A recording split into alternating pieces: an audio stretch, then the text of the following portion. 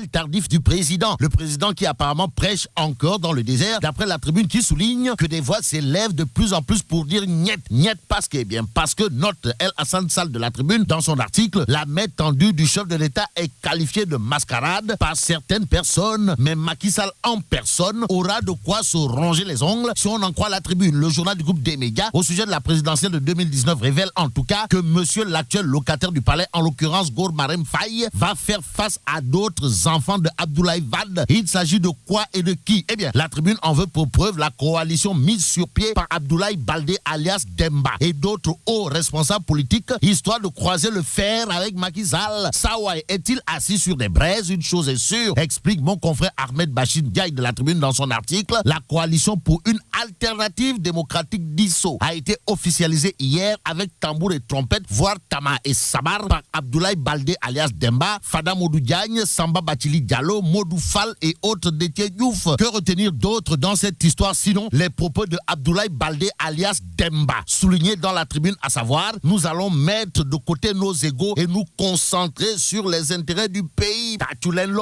Bon, pour l'instant, Vox Populi révèle à ça une longue séance d'explication entre El Pistolero alias El Sanguinero, comprenez Cicelo, et Nyangal National. En tout cas, l'entrevue a eu lieu hier en début de soirée à la résidence privée de son excellence Nyangal National à Mermoz, indique Vox Populi. Le journal de noter que Neketeyo, les touy et autres Punkalima Mumbolde tenus en discussion privée par El Pistolero en personne ont été enregistrés à son insu au Café de Rome. Alors, peut-il brûler Rome? Une chose est sûre, d'après Vox Populi, El Pistolero Moustapha Cicelo aurait dit que si Macky Sall ne travaille pas avec ceux avec qui il était avant, il n'ira pas au second tour. C'est au tour du quotidien. Le quotidien de revenir sur les sorties incendiaires dans l'APR, histoire d'annoncer à ça une Mbaye Ndiaye et Mahmoud Saleh en sapeur. En effet, sur la sortie du secrétaire exécutif de l'APR contre Aliou Badara Cissé, le quotidien nous livre que Mbaye Ndiaye prône la tempérance. En revanche, celui qui met le feu au sujet de la gestion des affaires du pays, c'est maître Mam Adama Gaye, l'avocat et ancien bâtonnier de son état, de dénoncer dans le quotidien la présence envahissante de la première dame. Et pour daber le pion, il y a dans l'As quotidien le magistrat Ibrahima Dem qui, lors du lancement de son mouvement, dira: le pays est en péril, quoi qu'il en soit. L'As quotidien, à propos de la présidentielle de 2019, nous livre ce matin que Macky Sall, c'est le candidat des socialistes. Annonce faite par le socialiste maître Moussa Bokar Thiam dans l'As quotidien. Et dans Sud quotidien, c'est le professeur Bouna Mohamed Seck de l'AFP qui monte au créneau, histoire d'envoyer dans les cordes l'opposition aux opposants qui tirent sur la mouvance présidentielle. Le professeur Bouna Mohamed Seck Bou El Mogdad Seck dira dans Sud quotidien: le réveil va être brutal pour certains. Certainement, le professeur Bouna Mohamed Seck de l'AFP fait comme son mentor Tafa le progressiste en élevant dans Sud quotidien les invectives de l'opposition au rang des histoires de Goloboui Tchepi Tchepi ou de Mboteboui Tchourpi Tchourpi. Pourquoi? Eh bien parce que selon le professeur Bouna Mohamed Seck de l'AFP, la minorité à l'Assemblée nationale ne peut pas, alors là pas du tout, prétendre imposer un droit de veto dans le fonctionnement des institutions. En plus du contingent de Moutou envoyé par le professeur Bouna Mohamed Seck de l'AFP dans les caillas des opposants, il y a Réumi Quotidien qui revient sur la 18e Assemblée Générale du MEDES, histoire de révéler Amadou Ba magnifie l'apport de l'organisation dirigée par Mbagnick Diop dans l'économie. Pendant ce temps, l'observateur lobe sur les fréquences des drames sur l'autoroute à péage, titre: péage à mort. En tout cas, Papis de Gelongal, la dernière victime d'une série d'accidents mortels sur l'autoroute à péage. En attendant, terminons avec la tribune qui barre sa une des propos de Serigne Mbaye Thiam Ndiombe ou Ndiahoum, à savoir: je suis prêt à démissionner. Et là, mais là tu dong de